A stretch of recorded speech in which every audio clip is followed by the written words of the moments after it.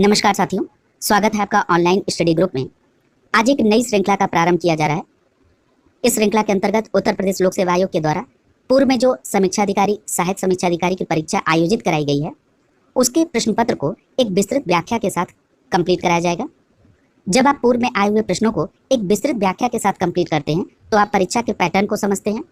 साथ ही साथ आयोग द्वारा प्री और मेंस में जो बहुविकल्पी प्रश्न हैं उनको रिपीट कर दिया जाता है। इस दृष्टिकोण से भी ये श्रृंखला महत्वपूर्ण है। और साथ ही साथ जब आप प्रश्नों को एक विस्तृत व्याख्या के साथ 360 डिग्री में कंप्लीट करते हैं तो आगामी आने वाली परीक्षाओं के प्रश्नों को भी आप कवर कर लेते हैं। इन सभी दृष्टिकोण से ये श्रृंखला अत्यंत महत्वपूर्ण है। आज की क्लास में हम 2021 की प्री में पूछे गए सामान्य हिंदी के प्रश्न पत्र को कंप्लीट कराएंगे। यदि हम हिंदी के सिलेबस की बात करें तो हिंदी के सिलेबस में 6 टॉपिक निर्धारित हैं। प्रत्येक टॉपिक से 10 प्रश्न आते हैं, 10 नंबर के होते हैं। इस प्रकार जो कुल प्रश्न बनते हैं हिंदी विषय से वो 60 अंक के कुल प्रश्न बनते हैं।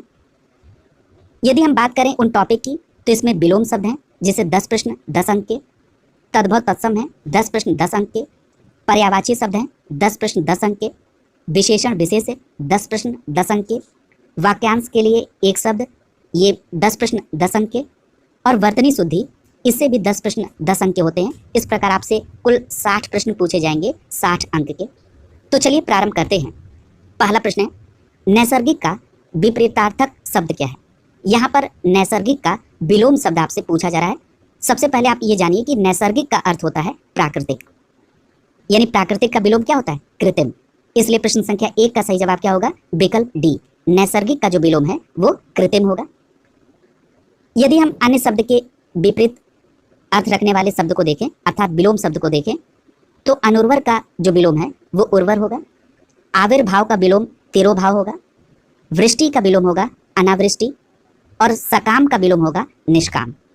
अगला प्रश्न देखिए, प्रश्न संख्या 2 पूछा जा रहा है कि एक की वर्तनी शुद्ध है, यानी 4 विकल्पों में कोई एक ऐसा शब्द है जो वर्तनी के दृष्टिकोण से शुद्ध है, आपको उसका पता लगाना है। तो यहाँ पर आपका सही जवाब होगा विकल्प बी, आधिकारिक होता है। ठीक है, यानी प्रश्न संख्या 2 का सही जवाब होगा विकल्प बी, आधिकारिक।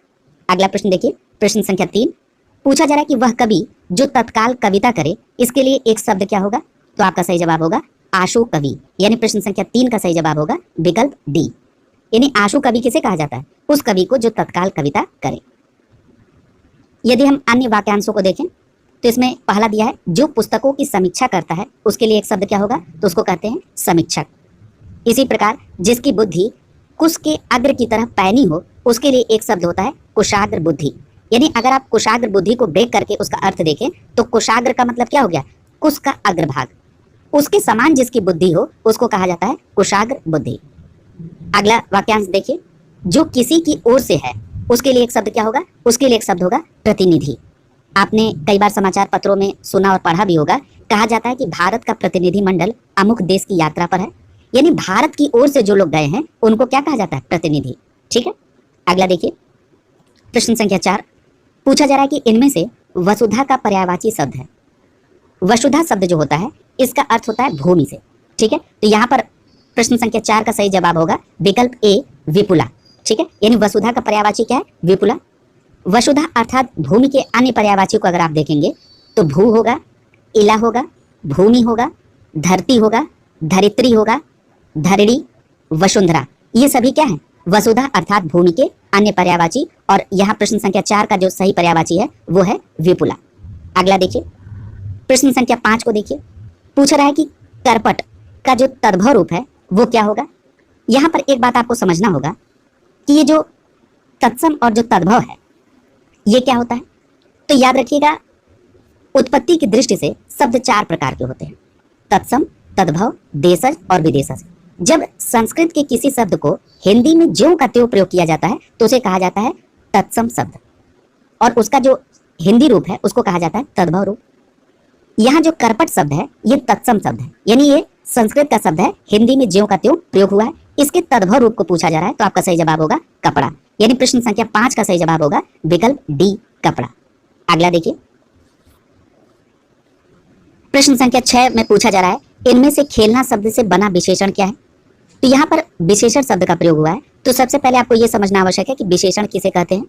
तो याद रखिएगा वो शब्द या वो पद जो किसी की विशेषता को बताता है उसे विशेषण कहा जाता है, और जिसकी विशेषता बताता है उसे विशेष्य कहा जाता है। इन दोनों बातों को आप याद रखेंगे।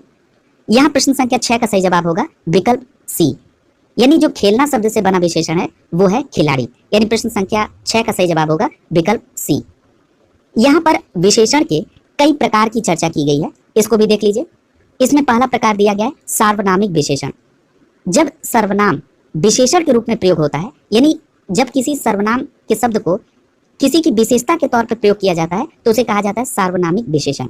जैसे यह, वह, कोई, ऐसा, जैसा। ठीक है। अगला है गुणवाचक विशेषण, यानी वो विशेषण पद जो किसी पदार्थ, वस्तु या विचार या स्थान के भौतिक गुण धर्म को प्रकट करे उसे कहा जाता है गुणवाचक विशेषण। ठीक है। जैसे इसको कई आधार पे आप कर सकते हैं। जैसे अगर हम कहें रंग के आधार पर किसी के गुण को बताना, तो जैसे आप कह सकते हैं गोरा, काला, लाल, हरा। इसी प्रकार से रूप के आधार पर अगर किसी के गुण को बताना हो तो स्थूल, सूक्ष्म, छोटा, बड़ा, लंबा, चौड़ा। ये जो गुण बताया जाता है ये पॉजिटिव भी हो सकता है और निगेटिव भी हो सकता है। ठीक है। यदि हम आकार और आकृति के आधार पर देखें तो आप कहते हैं त्रिभुजाकार, पंचभुजाकार। ठीक है। अगर काल के आधार पर किसी का गुण बताना हो तो अतीत, वर्तमान, भविष्य। स्थान के आधार पर बताना हो तो आप कहते हैं यहाँ, वहाँ, या आप कहते हैं बनारसी, इलाहाबादी। ठीक है। अगर किसी की दशा के आधार पर आपको गुण बताना हो तो आप कहते हैं खराब, अच्छा या मध्यम। ठीक है। तो ये सभी किसके उदाहरण हैं? गुणवाचक विशेषण के। अगला है संख्यावाचक विशेषण। वो विशेषण पद जो किसी संख्या का बोध कराए तो उसे कहा जाता है संख्यावाचक विशेषण। यहाँ जो उदाहरण दिया गया है 4, कुछ, 30, सब, तीनों, चारों, ये सभी संख्यावाचक विशेषण के उदाहरण हैं। यहाँ पर आपको एक बात और समझनी होगी कि ये जो संख्यावाचक विशेषण होते हैं इनके कई प्रकार होते हैं, और ये जो उदाहरण हैं ये सभी प्रकारों से लिए गए हैं। इसमें अगर पहले प्रकार की बात करें तो ये होता है गणनावाचक विशेषण। ठीक है। इसमें क्या होता है? इसमें गणना किए जाने के लिए अंक के रूप में विशेषण का प्रयोग होता है, इसे कहा जाता है गणनावाचक। ये भी दो प्रकार का होता है, एक होता है पूर्णांकवाची और एक होता है अपूर्णांकवाची। जब संख्या पूर्णांक के रूप में व्यक्त की जाती है जैसे 1, 2, 3, 4 तो इसको कहते हैं पूर्णांकवाची, और दूसरा होता है अपूर्णांकवाची जब संख्या को दशमलव के मान में प्रदर्शित किया जाता है जैसे 1.5, 2.5 तो ये क्या होता है? अपूर्णांकवाची होता है। इसका दूसरा जो प्रकार होता है वो होता है क्रमवाचक विशेषण। जब आप किसी क्रम के रूप में प्रदर्शित करते हैं संख्याओं को तो उसे कहा जाता है क्रमवाची विशेषण। जैसे उदाहरण पहला, दूसरा, तीसरा, चौथा। अगला प्रकार होता है आवृत्तिवाचक विशेषण, यानी जब स्वयं की पुनरावृत्ति को प्रदर्शित कर रहा हो तो उसे कहा जाता है आवृत्तिवाचक विशेषण। जैसे उदाहरण के तौर पर 2 गुना, 3 गुना, 4 गुना, ये सभी किसके उदाहरण हैं? आवृत्तिवाचक विशेषण के। अगला होता है समुदायवाची विशेषण। इसमें क्या होता है? इसमें समेकित भाव या किसी समूह के भाव को प्रदर्शित किया जाता है। जैसे हम कहते हैं 5 बहनें, 4 भाई। ठीक है। तो ये किसके उदाहरण है? समुदायवाची विशेषण के उदाहरण है। ठीक है। और ये जितने प्रकार हमने आपको बताया ये सभी संख्यावाचक विशेषण के प्रकार होते हैं। क्लियर हो गया? अगला है परिमाण बोधक विशेषण। याद रखिएगा, जब विशेषण पद का जो संख्यात्मक मान है वो किसी वस्तु की मात्रा का बोध कराता है तो उसे कहा जाता है परिमाणवाचक विशेषण या परिमाण बोधक विशेषण। जैसे उदाहरण के तौर पे 2 सेर, सब धन, 10 हाथ, 4 गज, या पाव भर, शेर भर, मन भर, ये सभी किसके उदाहरण हैं? ये सभी परिमाणवाचक विशेषण के उदाहरण हैं। क्लियर है? अगला देखिए प्रश्न संख्या 7। पूछा जा रहा है कि चंद्रहास का पर्यायवाची शब्द क्या है? तो आपका सही जवाब क्या होगा? यहाँ पर विकल्प बी आपका आंसर हो जाएगा। चंद्रहास का पर्यायवाची होता है तलवार। ठीक है। यानी प्रश्न संख्या 7 का विकल्प बी सही होगा। यदि हम चंद्रहास यानी तलवार के अन्य पर्यायवाची शब्द को देखें तो इसमें करवाल, खडक, असी, कटार, कृपाण, ये सभी शब्द आते हैं। जो विकल्प ए में तीर शब्द दिया है इसके पर्यायवाची शब्द को देखें तो आशुग, ईशु, नाराज, शर, शायक और बाण, ये सभी शब्द तीर के पर्यायवाची शब्द हैं। अगला जो विकल्प सी में भाला शब्द है इसके पर्यायवाची शब्द को देखें तो बर्छा, कुंत, शलाका, ये सभी किसके पर्यायवाची है? भाला के पर्यायवाची है। अगला प्रश्न देखिए प्रश्न संख्या 8। पूछ रहा है कि निम्नलिखित में से एक शब्द विशेषण नहीं है।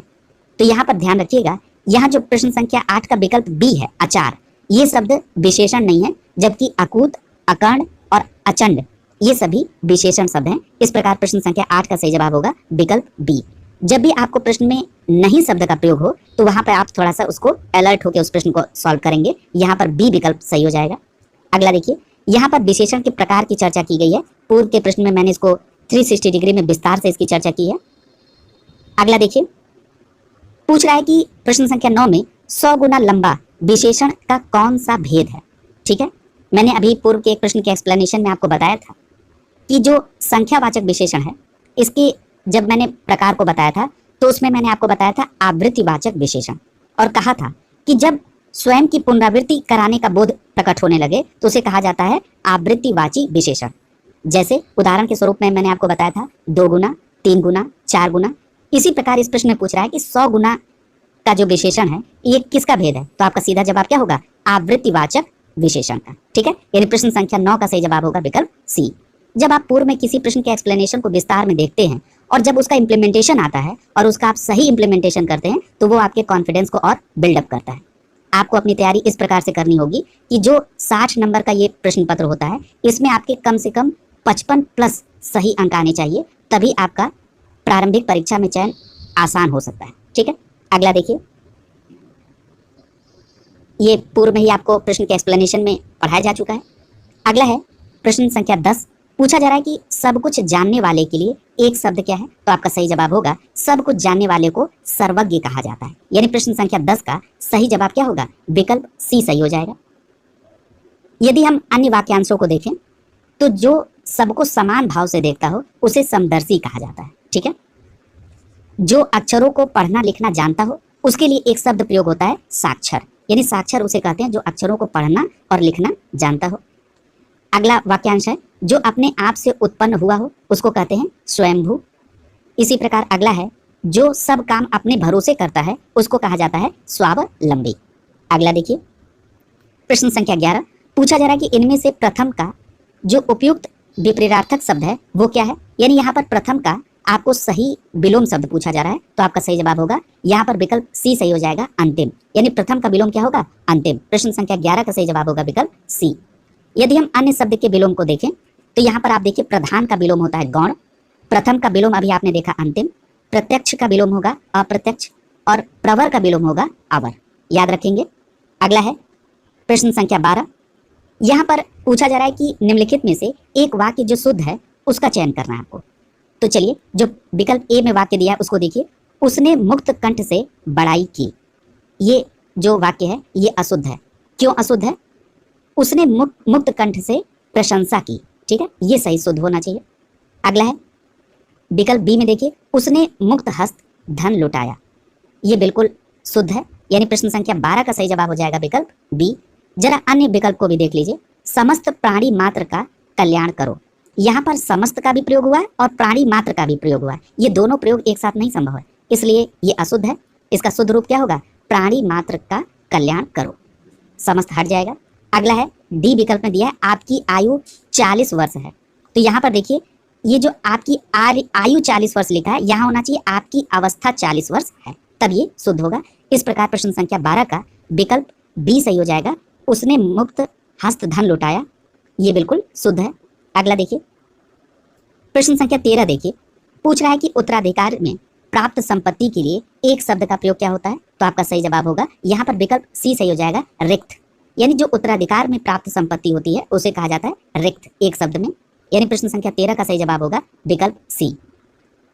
यहाँ जो अन्य विकल्प दिए गए हैं इनके भी जरा अर्थ को समझिए। यहाँ पर देखिए, जो विकल्प ए में धरोहर लिखा था इसका मतलब होता है किसी के पास रखी हुई दूसरे की वस्तु को एक शब्द में धरोहर कहा जाता है।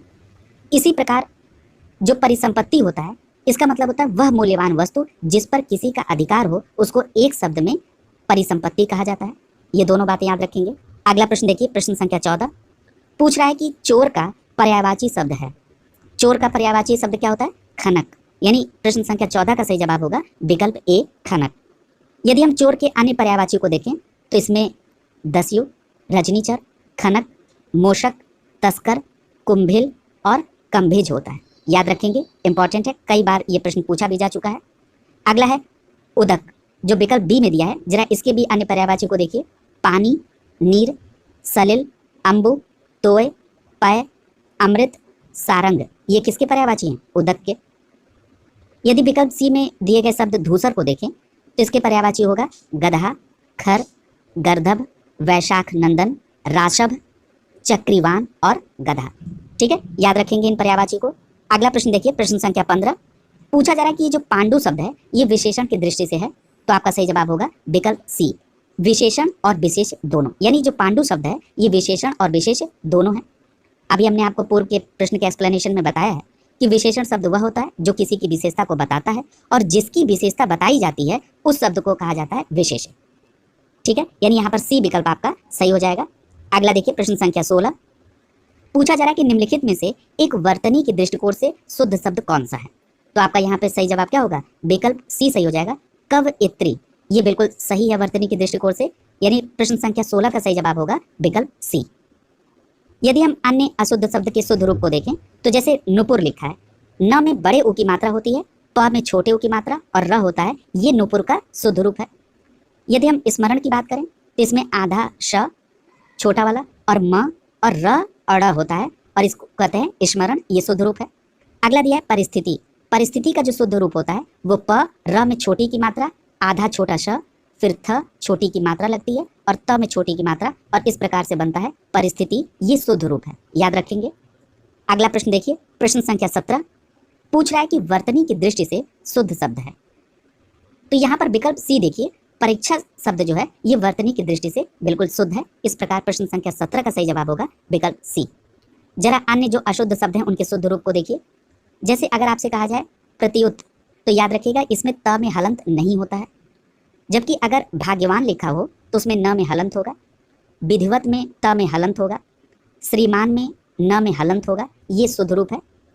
अगला देखिए, प्रश्न संख्या 18। पूछा जा रहा है कि बिना पलक झपकाए के लिए एक शब्द क्या होता है, तो आपका सही जवाब क्या होगा? निर्निमेष। यानी प्रश्न संख्या 18 का विकल्प डी आपका सही जवाब होगा, निर्निमेष कहा जाता है बिना पलक झपकाए के लिए एक शब्द को। यदि हम अन्य को देखें तो तर्क के द्वारा जो सम्मत हो उसके लिए एक शब्द होता है तर्क सम्मत। इसी प्रकार जिसे नहीं जीता जा सके इसके लिए एक शब्द होता है अजेय। जो अनुकरण करने योग्य हो उसके लिए एक शब्द होता है अनुकरणीय, याद रखेंगे। अगला देखिए, प्रश्न संख्या 19 को देखिए। यहां पूछा जा रहा है अनुरक्ति का विपरीतार्थक शब्द क्या होगा, यानी अनुरक्ति का विलोम शब्द क्या होगा, तो यहाँ आपका सही जवाब होगा विकल्प सी, विरक्ति। यानी अनुरक्ति का विलोम क्या होगा? विरक्ति होगा। प्रश्न संख्या 19 का सही जवाब होगा विकल्प सी। जरा अन्य शब्द के विलोम को भी देखिए। विकल्प ए में आसक्ति लिखा हुआ है, इसका विलोम होता है अनासक्ति। इसी प्रकार से जो विकल्प डी में लिखा है प्रकृति, इसका विलोम होता है विकृति। अनेकता का विलोम होता है एकता, और अपकार का विलोम होता है उपकार। अगला प्रश्न है प्रश्न संख्या 20। यहां पूछा जा रहा है कि जो ये 4 विकल्प हैं इसमें कौन सा वाक्य शुद्ध है, तो चलिए पहला विकल्प देखिए। लिखा है मैं अनेकों बार विदेश गया, ये वाक्य अशुद्ध है। क्यों अशुद्ध है? क्योंकि यहाँ पर अनेकों शब्द का प्रयोग किया गया है। यहाँ पर क्या होना चाहिए? अनेक होना चाहिए, तो ये क्या शुद्ध रूप हो जाएगा? मैं अनेक बार विदेश गया। अगला विकल्प देखिए, बी दिया है इस हीरे का मूल्य नापा नहीं जा सकता। याद रखिएगा, जब भी किसी भी वस्तु के मूल्य को की बात होती है तो उसे नापा नहीं, उसे आंका जाता है। ठीक है, तो यहाँ पर शुद्ध रूप क्या होगा? इस हीरे का मूल्य आंका नहीं जा सकता। क्लियर है? अगला देखिए, विकल्प सी लिखा है कि बिना टिकट यात्रा दंडनीय है, ये बिल्कुल शुद्ध वाक्य है। इस प्रकार प्रश्न संख्या 20 का सही जवाब होगा विकल्प सी। जरा डी विकल्प को भी देख लीजिए। लिखा है आप केवल इतना ही काम कर दीजिए। देखिए यहाँ पर केवल भी लिखा हुआ है और इतना ही लिखा हुआ है, इन दोनों शब्द का मतलब लगभग समान होता है, इसलिए यहाँ पर केवल शब्द का प्रयोग नहीं होगा। यहाँ पर क्या होगा? आप इतना ही काम कर दीजिए। ठीक है, इस प्रकार जो सही जवाब होगा विकल्प सी। अगला देखिए, प्रश्न संख्या 21 देखिए। पूछा जा रहा है कि जो ईश्वर में विश्वास रखता हो उसके लिए एक शब्द क्या होगा, तो आपका जवाब होगा जो ईश्वर में विश्वास रखता है उसे आस्तिक कहा जाता है। प्रश्न संख्या 21 का सही जवाब होगा विकल्प बी। क्लियर है? जरा अन्य उदाहरण को भी देखिए। आस्था रखने वाले के लिए एक शब्द क्या होता है? आस्थावान, जो कि विकल्प ए में दिया है। विश्वास किए जाने योग्य जो हो उसको विश्वासी कहते हैं, जो कि विकल्प सी में दिया हुआ है। जो आग्रह सत्य हो उसे क्या कहते हैं? सत्याग्रह। ठीक है, ये भी बात याद रखेंगे। अगला देखिए, प्रश्न संख्या 22। पूछ रहा है कि निम्नलिखित में से विशेष शब्द है, तो विशेष शब्द कौन सा है? तो याद रखिएगा, मैंने अभी पूर्व में ही आपको बताया था, जिसकी विशेषता बताई जाती है उसे विशेष शब्द कहा जाता है। यहाँ पर विकल्प डी आपका सही जवाब होगा। मानस जो है ये विशेष शब्द है, और जो अन्य शब्द दिए गए हैं ये क्या है? विशेषण है। ठीक है, यहाँ पर प्रश्न संख्या 22 का सही जवाब होगा विकल्प डी। अगला देखिए, प्रश्न संख्या 23 पूछा जा रहा है कि अनुग्रह का उपयुक्त विपरीतार्थक शब्द क्या होगा, यानी अनुग्रह का सही विलोम क्या होगा। तो याद रखिएगा, अनुग्रह का विलोम सही होगा विग्रह, यानी प्रश्न संख्या 23 का सही जवाब होगा विकल्प ए।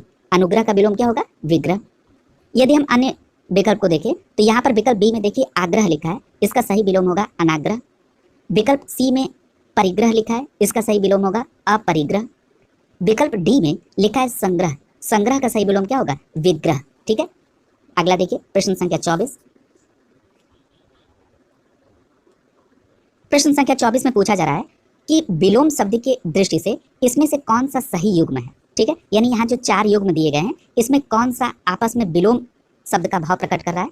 तो यहाँ पर आप देखिए विकल्प डी लिखा है आदृत, और उसका विलोम होगा तिरस्कृत। जैसे आदर का विलोम आप तिरस्कार पढ़ते हैं, उसी प्रकार से आदृत का विलोम होगा तिरस्कृत। इस प्रकार प्रश्न संख्या 24 का सही जवाब होगा विकल्प डी।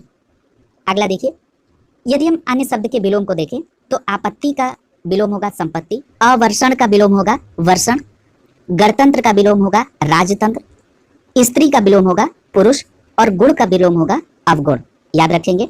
अगला प्रश्न देखिए, प्रश्न संख्या 25 पूछ रहा है कि निम्नलिखित में से हस्ती किस शब्द का तत्सम रूप है। ठीक है, तो आप सभी को पता है कि तत्सम शब्द क्या होता है? जो संस्कृत का शब्द हिंदी में ज्यों का त्यों प्रयोग होता है उसे हम लोग तत्सम कहते हैं। तो याद रखिएगा, यहाँ पर विकल्प सी सही हो जाएगा। हाथी का जो तत्सम रूप होता है वो होता है हस्ती। ठीक है, यानी प्रश्न संख्या 25 का सही जवाब होगा विकल्प सी। ठीक है, यदि हम अन्य तत्सम तद्भव के उदाहरण को देखें तो विकल्प ए में जो हाथ शब्द लिखा है ये एक तद्भव शब्द है, इसका तत्सम होगा हस्त। विकल्प बी में जो हार शब्द है ये तद्भव है, इसका तत्सम होगा हारी। विकल्प डी में जो हंसी शब्द है ये तद्भव शब्द है और इसका तत्सम होगा हास्य। अगला देखिए, प्रश्न संख्या 26 पूछ रहा है कि आधुनिक का विलोम क्या है। तो आधुनिक का विलोम होगा प्राचीन। इस प्रकार प्रश्न संख्या 26 का सही जवाब होगा विकल्प सी। यहाँ पर एक बात और याद रखिएगा, ये जो प्राचीन शब्द है इसके आधुनिक के अलावा अगर अन्य विलोम को देखें तो इसका विलोम नवीन भी होगा और अर्वाचीन भी होगा। इस बात को भी आप याद रखेंगे। दूसरी बात, यदि आप विकल्प ए में देखें शब्द को तो लिखा है समीचीन। समीचीन शब्द का जो विलोम होगा वो होगा असमीचीन। ठीक है, अगला देखिए, प्रश्न संख्या 27 पूछा जा रहा है कि जो युद्ध में स्थिर रहता है उसके लिए एक शब्द क्या प्रयोग होता है। तो आपका सही जवाब होगा युधिष्ठिर। ठीक है, प्रश्न संख्या 27 का सही जवाब होगा विकल्प सी युधिष्ठिर। इसको कहा जाता है युद्ध में स्थिर रहने वाले के लिए। यदि हम अन्य को देखें तो इसमें जो क्षमा न किया जा सके उसके लिए एक शब्द होता है अक्षम्य। इसी प्रकार जिसका जन्म पसीने से हुआ हो उसको क्या कहते हैं? स्वेदज कहा जाता है। इसी प्रकार अगला है जिसकी गर्दन सुंदर हो उसके लिए एक शब्द होता है सुग्रीव। ठीक है, अगला देखिए, प्रश्न संख्या 28 पूछा जा रहा है कि जीव का पर्यायवाची है। तो जीव का पर्यायवाची इसमें क्या सही होगा? तो आपका सही जवाब होगा विकल्प बी रसना। ठीक है, यदि हम जीव के अन्य पर्यायवाची को देखें तो जिह्वा, रसज्ञा, रसिका, जबान, ये सभी जीव के अन्य पर्यायवाची हैं। और याद रखिएगा जीव का पर्यायवाची रसना भी होता है। यदि हम विकल्प ए में देखें वचन शब्द को तो इसका पर्यायवाची होता है आश्वासन, वादा, प्रण, प्रतिज्ञा। विकल्प सी में जो ध्वनि शब्द है इसका पर्यायवाची होगा नाद, रव, स्वर, ताल, आवाज। विकल्प डी में जो जीव शब्द है इसका पर्यायवाची होगा रूह, प्राण, आत्मा, जीवात्मा। याद रखेंगे इन्हें। अगला प्रश्न देखिए, प्रश्न संख्या 29 पूछा जा रहा है कि प्रताप सिंह का घोड़ा काला है। इसमें काला शब्द विशेषण की दृष्टि से है। अभी मैंने पूर्व के प्रश्न के एक्सप्लेनेशन में आपको बताया था कि जो विशेषण शब्द होता है ये किसी की विशेषता को बताता है और जिसकी विशेषता बताई जाती है उसे विशेष्य कहते हैं। ये जो प्रश्न है ये विशेषण और विशेष्य की स्थिति से संबंधित प्रश्न है। अब यहाँ पर देखिए दो स्थिति बनती है। पहली स्थिति में विशेषण शब्द पहले आता है और विशेष्य शब्द बाद में आता है। उदाहरण देखिए, यदि आपसे कहा जाए मीठा आम, तो यहाँ पर मीठा क्या है? विशेषण है। किसकी विशेषता बता रहा है? आम की। तो आम क्या हो गया? विशेष्य हो गया। इसका मतलब यह है कि यहाँ पर विशेषण पहले है और विशेष्य बाद में है। इस स्थिति में जो इसका प्रयोग होता है शब्द का, उसे कहा जाता है विशेषण विशेष्य, या दूसरा इसको कहते हैं उद्देश्य विशेषण। ठीक है, जब ऐसी स्थिति हो तो उसे कहते हैं विशेषण विशेष्य या उद्देश्य विशेषण। जो दूसरी स्थिति बनती है उसमें जो आपका विशेषण शब्द है वो बाद में होता है विशेष्य के, यानी पहले विशेष्य होता है उसके बाद में विशेषण होता है। जरा इसको भी उदाहरण से समझिए। इसी उदाहरण को यदि मैं ऐसे कहूँ कि आम मीठा था, तो यहाँ पर आम क्या है? विशेष्य है, मीठा विशेषण है। लेकिन यहाँ पर स्थिति बदल गई है, यहाँ पर पहले विशेष्य है बाद में विशेषण रखा गया है। इस स्थिति को कहा जाता है विधेय विशेषण। क्लियर है? अब जरा आइए मूल प्रश्न पर। यहाँ क्या कहा जा रहा है? प्रताप सिंह का घोड़ा काला है। काला किसकी विशेषता बता रहा है? घोड़े की। यानी काला क्या है? विशेषण, और घोड़ा क्या है? विशेष्य। इसका मतलब यह है कि यहाँ पर विशेषण बाद में प्रयोग हुआ है विशेष्य के। इसका मतलब स्थिति दूसरी बन रही है। ये क्या कहा जाएगा? विधेय विशेषण कहा जाएगा। यानी प्रश्न संख्या 29 का सही जवाब होगा विकल्प सी, विधेय विशेषण। ठीक है, जिनको नहीं पता होगा वो अलग से एक नोट्स में नोट डाउन करते हुए चलेंगे, जितने भी अतिरिक्त एक्सप्लेन किए जा रहे हैं। ठीक है, प्रश्न संख्या 29 का सही जवाब होगा विकल्प सी।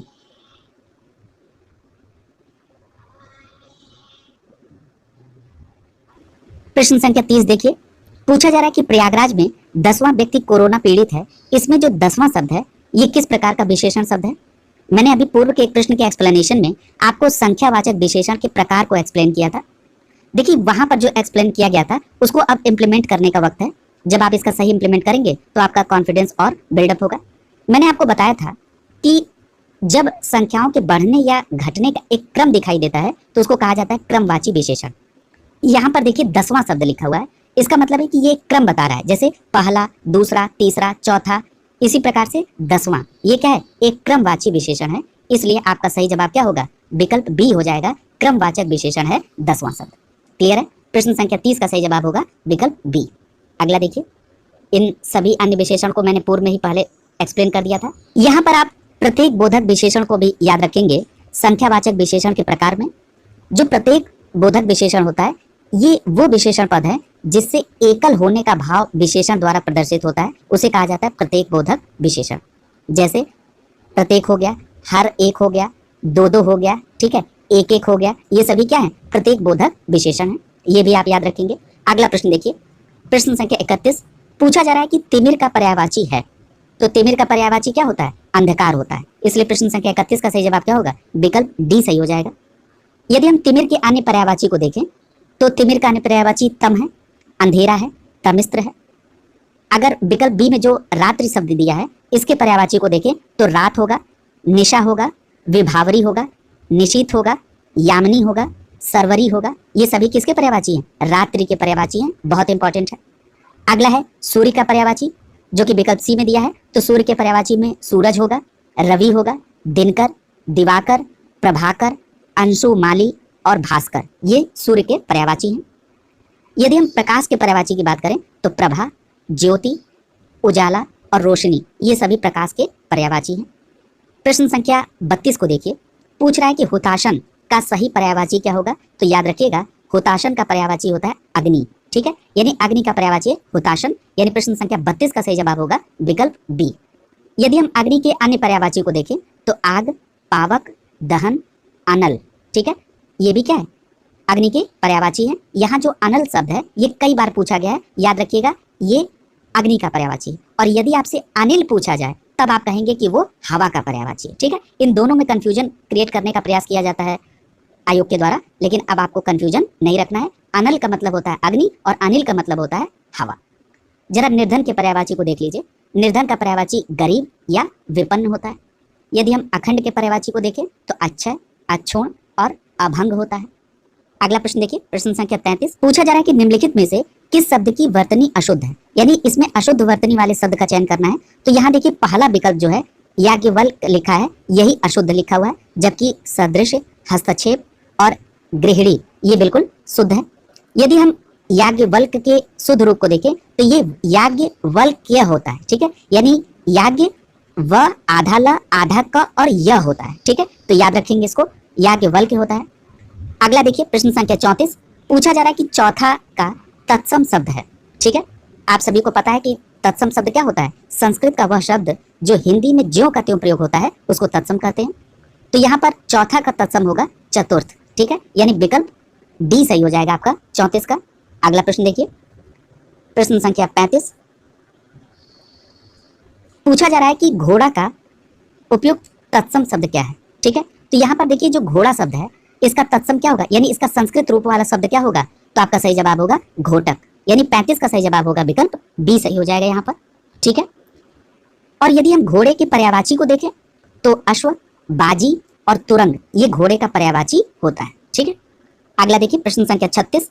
पूछा जा रहा है कि आवर्तक का विपरीतार्थक शब्द क्या है, यानी आवर्तक का विलोम शब्द पूछा जा रहा है आपसे, तो आपका सही जवाब क्या होगा, अनावर्तक, यानी प्रश्न संख्या 36 का सही जवाब होगा विकल्प बी। ठीक है, यहाँ जो अन्य विकल्प दिए गए हैं उनके भी जरा विलोम को देख लीजिए। विकल्प ए में लिखा है प्रवर्तक, जो प्रवर्तक शब्द है इसका विपरीतार्थक शब्द होता है अप्रवर्तक। आवृत का विलोम होता है अनावृत, प्रकर्ष का विलोम होता है अपकर्ष, और आज्ञ का विलोम होता है विज्ञ। ठीक है, याद रखिएगा, ये आज्ञ का विलोम विज्ञ कई बार पूछा जा चुका है, आप याद रखेंगे। अगला प्रश्न देखिए, प्रश्न संख्या 37। पूछा जा रहा है कि जो किसी विषय का ज्ञाता हो उसके लिए एक शब्द क्या होगा, तो आपका सही जवाब क्या होगा, विशेषज्ञ उसे कहा जाता है। प्रश्न संख्या 37 का सही जवाब होगा विकल्प डी। अगला प्रश्न देखिए, प्रश्न संख्या 38। पूछा जा रहा है कि बिजली का पर्याय है, तो बिजली का पर्याय क्या है, तो आपका सही जवाब होगा दामिनी। ठीक है, यानी यहाँ पर बिजली का पर्यायवाची पूछ रहा है, तो आपका सही जवाब होगा दामिनी, विकल्प डी सही हो जाएगा 38 का। यदि हम बिजली के अन्य पर्यायवाची को देखें तो चपला, चंचला, तड़ित, सौदामिनी ये सभी क्या है, बिजली के पर्यायवाची हैं। दामिनी भी याद रखेंगे। अगला है जो विकल्प बी में लिखा है तनया, इसका पर्यायवाची क्या है, आत्मजा, श्रुता, दुहिता, पुत्री, यानी तनया किसका पर्यायवाची होता है, पुत्री का। ठीक है, विकल्प ए में जो शर्वरी लिखा है ये पर्यायवाची है रात्रि का। ठीक है, यानी इसका अन्य पर्यायवाची देखें तो रात्रि, रात, रजनी, निशीथ, क्षणदा। ठीक है, ये सभी किसके पर्यायवाची हैं, रात्रि के। शर्वरी भी याद रखेंगे। अगला है रमणी, जो विकल्प सी में दिया है इसका पर्यायवाची देखिए तो सुंदरी, नारी, स्त्री, कांता, वनीता, अबला, कामिनी ये सभी किसके पर्यायवाची हैं, रमणी के पर्यायवाची हैं, याद रखेंगे। अगला देखिए प्रश्न संख्या 39 देखिए। पूछा जा रहा है कि अपर्णा शब्द का पर्यायवाची क्या है, तो याद रखिएगा अपर्णा का पर्यायवाची होता है विकल्प डी सही हो जाएगा पार्वती। ठीक है, अपर्णा का सही पर्यायवाची क्या होता है, पार्वती होता है, तो डी विकल्प यहाँ पर आपका सही हो जाएगा। यदि हम पार्वती के अन्य पर्यायवाची को देखें तो इसमें गौरी, गिरिजा, पार्वती, भवानी, रुद्राणी ये सभी क्या हैं, पार्वती के अन्य पर्यायवाची अर्थात अपर्णा के अन्य पर्यायवाची हैं। अगला देखिए, अगर हम स्त्री के अन्य पर्यायवाची को देखें तो स्त्री का अन्य पर्यायवाची होता है वनिता, कांता, रमणी, नारी और अबला। ठीक है, यदि हम आराधना के अन्य पर्यायवाची को देखें तो प्रार्थना, पूजा, अर्चना होता है।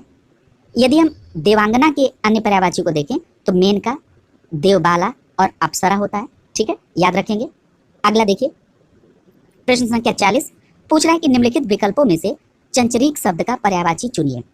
यहाँ पर जो चंचरीक शब्द है इसका पर्यायवाची क्या होगा, भ्रमर। ठीक है, यानी भ्रमर का पर्यायवाची होता है चंचरीक, यानी प्रश्न संख्या 40 का सही जवाब होगा विकल्प बी सही हो जाएगा।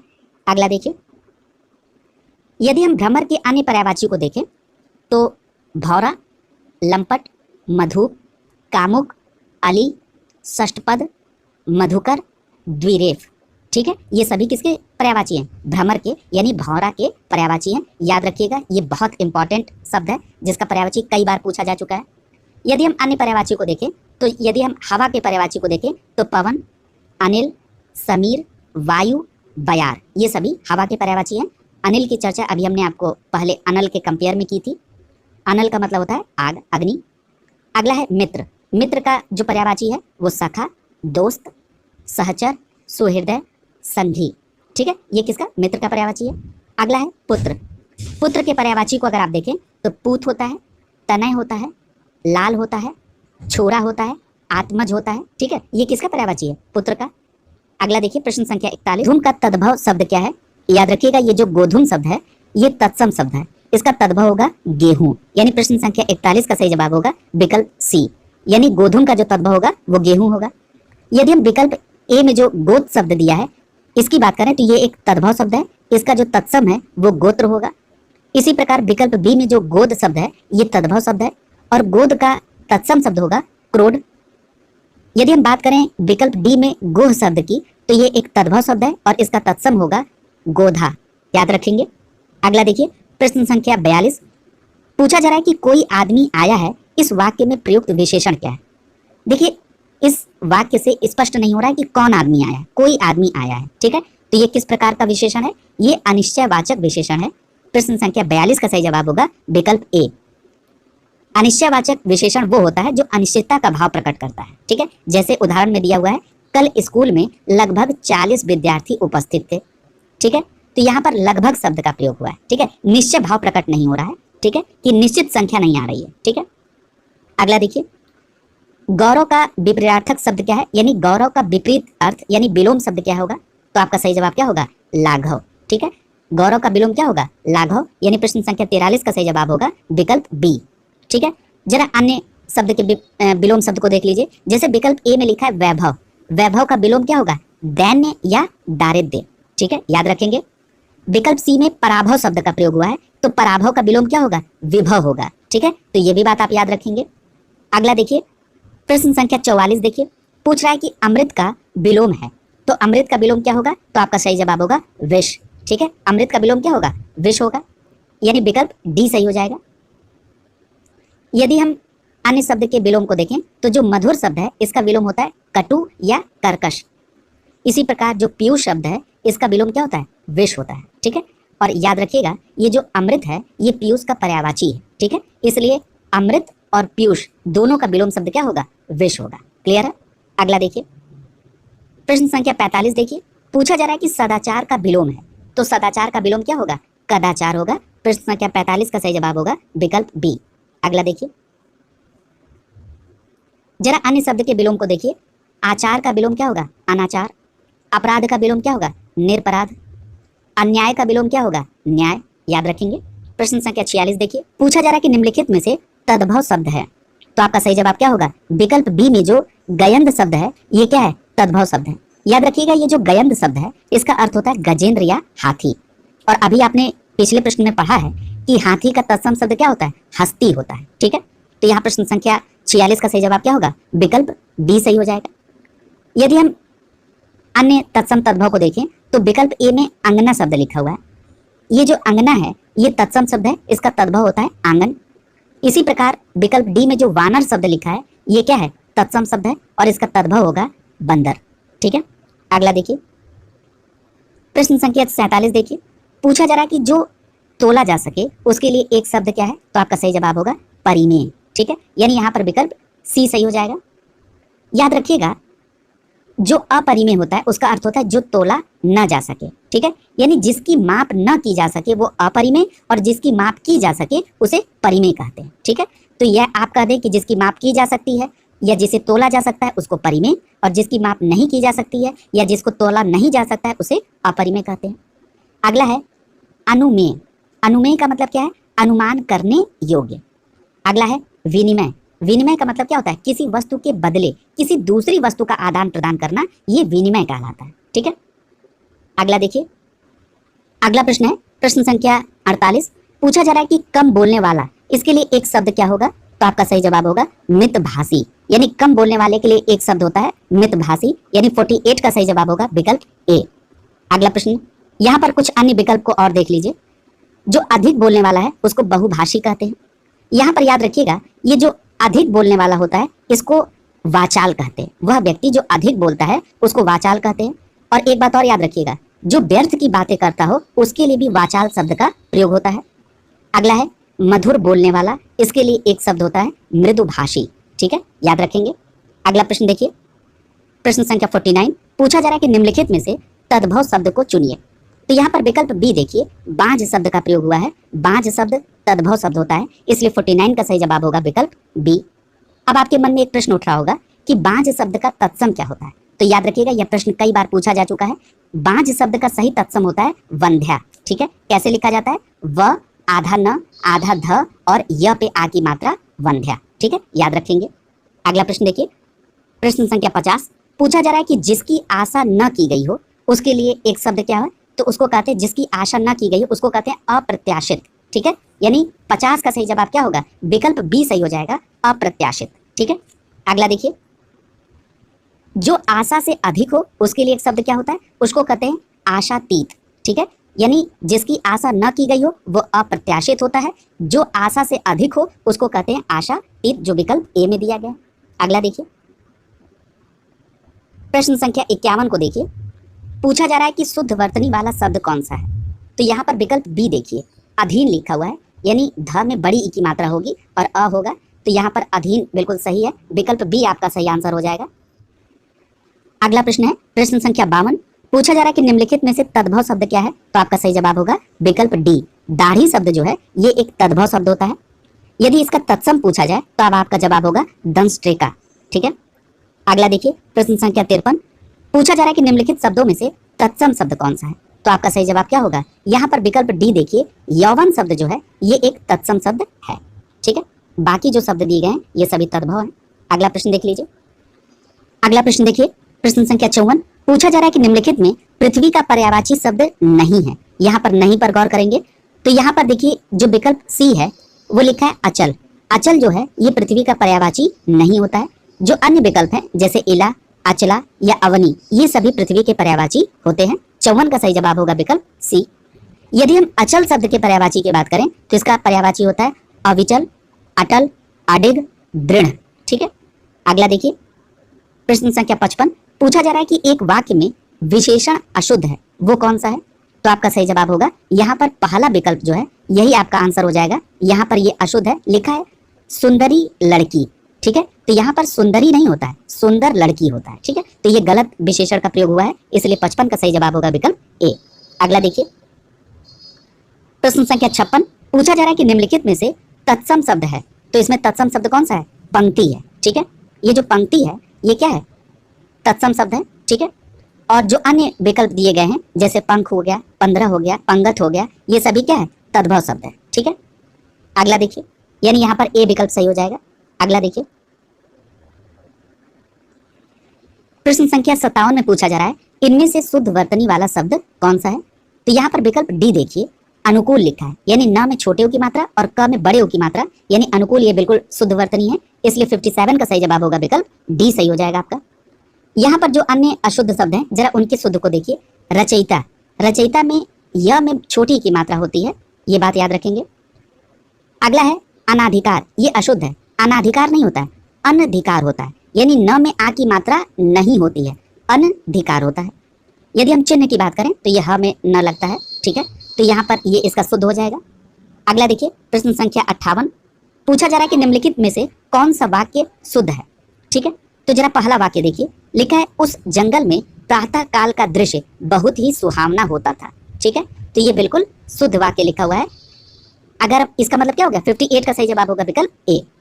अगर हम अगले विकल्प को भी देख लें, जैसे बाघ और बकरी एक घाट पर पानी पीती है। ठीक है, ये गलत है, क्यों, क्योंकि यहाँ पर हो जाएगा पानी पीते हैं। ठीक है, बाघ और बकरी एक घाट पर पानी पीते हैं। अगला है उन्होंने इस बात पर आपत्ति प्रकट की, आपत्ति प्रकट नहीं की, आपत्ति की, उन्होंने इस बात पर आपत्ति की, ये शुद्ध होगा। अगला है तमाम देश भर में यह बात फैल गई, तमाम देश भर में नहीं, संपूर्ण देश में यह बात फैल गई, ये इसका शुद्ध होगा। इस प्रकार 58 का सही शुद्ध वाक्य है ए विकल्प, उस जंगल में प्रातः काल का दृश्य बहुत ही सुहावना होता था। अगला देखिए प्रश्न संख्या 59। पूछा जा रहा है कि वर्तनी की दृष्टि से शुद्ध शब्द है। तो वर्तनी की दृष्टि से कौन सा शुद्ध है, तो यहाँ पर विकल्प सी देखिए, प्रामाणिक लिखा हुआ है, ये बिल्कुल शुद्ध है। ठीक है, यानी 59 का सही जवाब होगा विकल्प सी। जरा अन्य अशुद्ध शब्द के शुद्ध शब्द को देखिए। पूजनीय लिखा हुआ है विकल्प ए में, तो ये पूजनीय नहीं होता है, पूजनीय होता है। ठीक है, यहाँ पर आधा ज और यह नहीं होगा, पूजनीय होगा। इसी प्रकार से जो तत्कालिक लिखा हुआ है इसका शुद्ध होता है तात्कालिक, यानी जो त है उसमें आ की मात्रा होगी, फिर आधा त और क पे आ की मात्रा और लेख होगा, इस प्रकार तात्कालिक शुद्ध होता है। अगला है पैतृक, इसमें त्र में री की मात्रा लगी होती है, ये शुद्ध होता है पैतृक। ठीक है, अगला देखिए प्रश्न संख्या 60 और आज के इस क्लास का अंतिम प्रश्न है। पूछा जा रहा है कि जिसकी विशेषता बताई जाए उसे क्या कहते हैं। तो इस बात को कई बार स्पष्ट किया गया है, जिसकी विशेषता बताई जा रही है उसे विशेष से कहा जाता है। प्रश्न संख्या 60 का सही जवाब होगा विकल्प बी, और जो विशेषता बताता है सब उसको क्या कहते हैं, उसे विशेषण कहते हैं। ठीक है, क्लियर है। इस प्रकार प्रश्न संख्या 60 का सही जवाब होगा विकल्प बी। इस प्रकार जो भी प्रीवियस प्रश्न है वो चाहे प्री के हों या मेंस के हों, जो भी बहुविकल्पी प्रश्न है उनको संपूर्ण विस्तृत व्याख्या के साथ कंप्लीट कराया जाएगा। आप अपनी तैयारी को सतत अब जारी रखेंगे, प्रारंभ कर देंगे। नोटिफिकेशन का इंतजार नहीं करेंगे कि नोटिफिकेशन आएगा तब हम तैयारी करेंगे। हाँ, आपकी इस बात से मैं सहमत हूँ कि आयोग को कैलेंडर जारी करके ये बिल्कुल स्पष्ट कर देना चाहिए कि परीक्षा किस तिथि को कराई जाएगी, ताकि एक माइंडसेट हो जाता है तैयारी का। लेकिन आप अपनी तैयारी को प्रारंभ कर दें, आयोग जल्द ही अपना कैलेंडर जारी करके इसे स्पष्ट करेगा। शुभकामनाओं के साथ आप सभी का बहुत बहुत